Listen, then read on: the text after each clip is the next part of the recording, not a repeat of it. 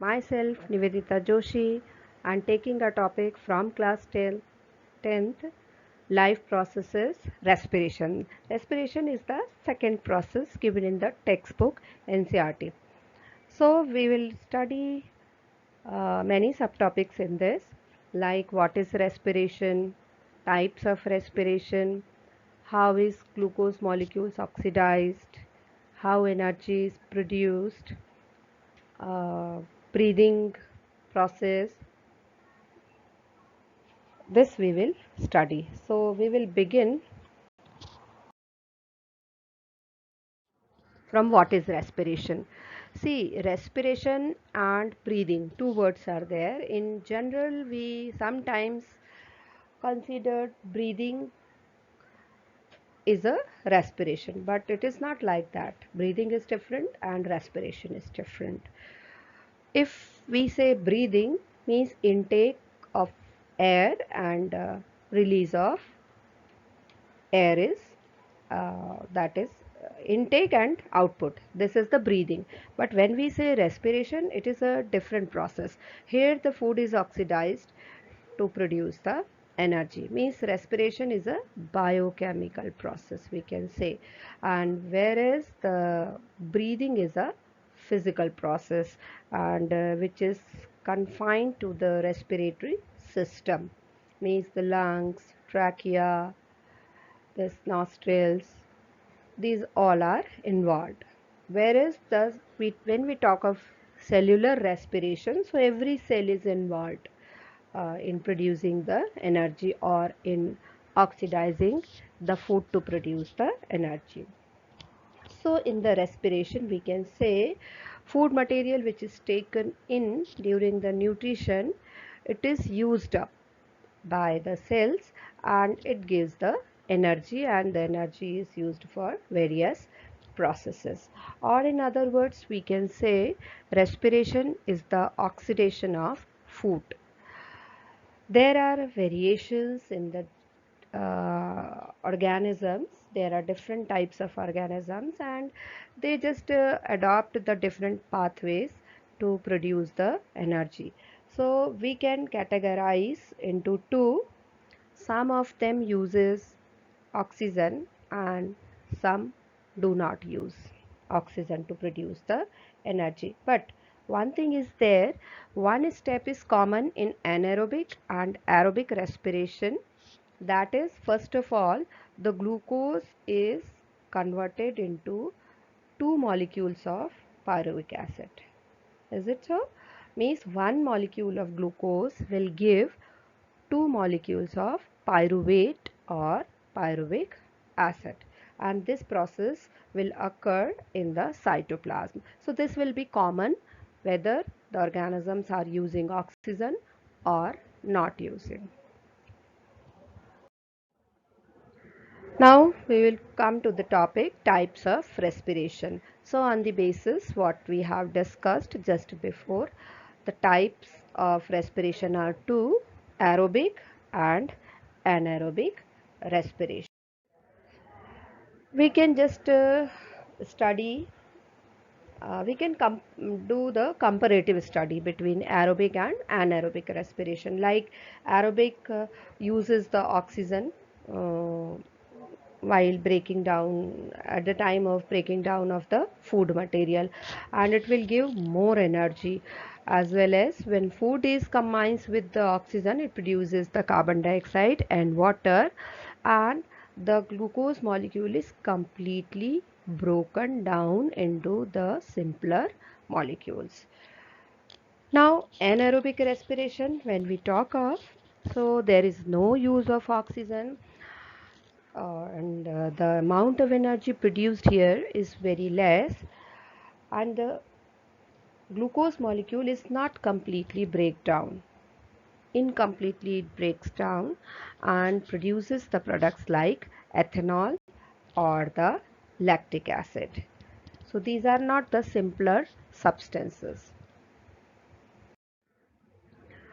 Now we have a topic, the pathways of glucose breakdown.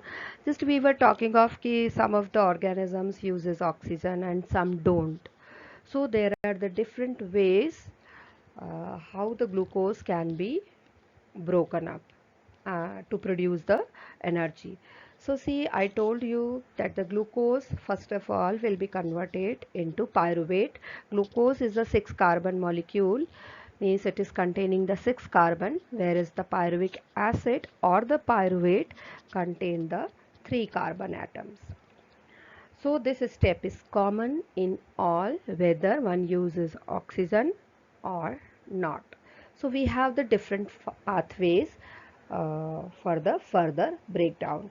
Means in the anaerobic respiration, the pyruvate will be broken up into the ethanol and carbon dioxide along with the production of energy. So this is seen, we have the example of yeast. And when there is lack of oxygen, like in our body we can say when we do so much of hard work, our breathing becomes faster.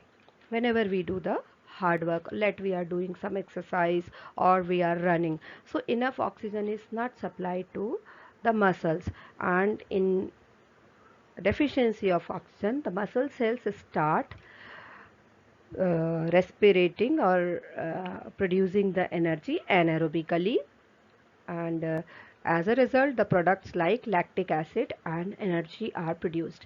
See, there is one important question based on this pathway, कि whenever we run or do some exercises, we feel cramps. So cramps are actually what happens whenever the lactic acid which is formed during the respiration, this get accumulated in the muscles, and that's why the cramps are produced. And one way is there we can get relief from the cramps if we take the bath with the lukewarm water or we take the rest. So this happens. And thirdly, whenever there is sufficient oxygen, so each cell produces carbon dioxide and water along with the production of energy. So the lot of energy or maximum amount of energy is produced in the third way, that is in the presence of oxygen. So these are the three different pathways in which the glucose molecule can break down. Now we will talk of human respiratory system. See, the majorly we can say the system is consist of nasal cavity, nostrils, pharynx, larynx, trachea, bronchi and lungs. So we will begin from the nostrils. See, nostrils are two, and through these nostrils the air moves in through the nasal cavity. The pharynx, if we say, it is a common tube or it is a common pathway for air and food. At the end of pharynx there present the glottis. The glottis is a flap-like structure and it is made up of cartilage. So this prevents the entry of food into the respiratory system. So sometimes we have the coughing if we talk while taking food, taking meal. So this is because of this only. If a very small even part of food particle will enter into the respiratory system, we start coughing till the until the particle is thrown back, means out of the respiratory system. So this is epiglottis is a covering on the glottis, and it will prevent the entry of food into the respiratory system. Means whenever we just engulf, we swallow the food, the epiglottis keeps the glottis close so that the food cannot enter into the respiratory pathway. Then larynx, to the larynx we call it as a sound box because it consists of vocal cords, two vocal cords by which sound is produced. The next one, long windpipe, is called as trachea, And one special thing about the trachea is that the trachea is encircled by C-shaped cartilaginous rings, and these rings have importance that it prevents the trachea from getting collapse whenever the air is very less. So it will not be collapsed even the air is very less in the trachea. And further, the trachea divides into two branches. We call them as bronchi, and these bronchi enters into the lungs, and further it divides into secondary and then the tertiary branches, that is bronchi or bronchioles we can call them. And at the end of each fine branch there are balloon like structures, we call them as alveoli. So these are the alveoli where the exchange of gases takes place. So there are certain properties in the alveoli, that the alveoli are thin membraned so that the exchange of gases can occur. And second important thing about it is that they are having so much of, or you can say the network of blood capillaries, so that the diffusion, by diffusion the exchange of gases can go on.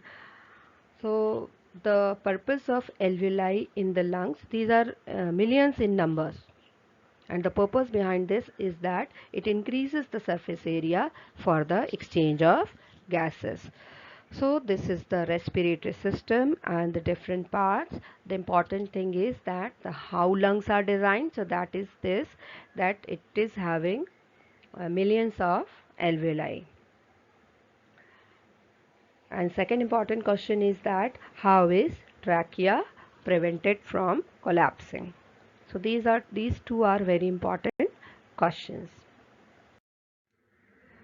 Now we will talk of breathing. I told you that the breathing is different from the respiration.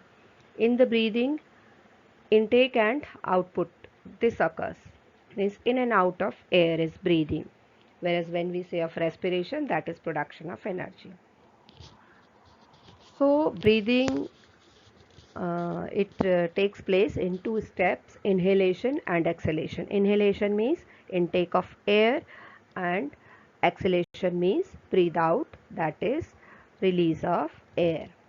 So we will study these two steps, how this occur.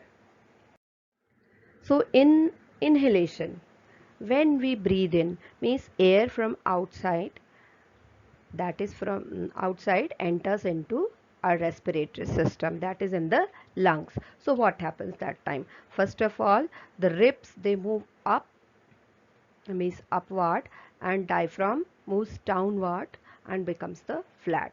So what happens? As a result, the volume of chest cavity, it increases. As a result, the pressure decreases and air moves from outside to inside, means from high pressure to low pressure. This occurs in the inhalation. Whereas in the exhalation, that is when we breathe out, that time ribs again come to its original position, means move downward. As a result, what, and diaphragm also come back to its position. As a result, the volume in the chest cavity becomes small. As a result, the pressure increases and the air is forced out.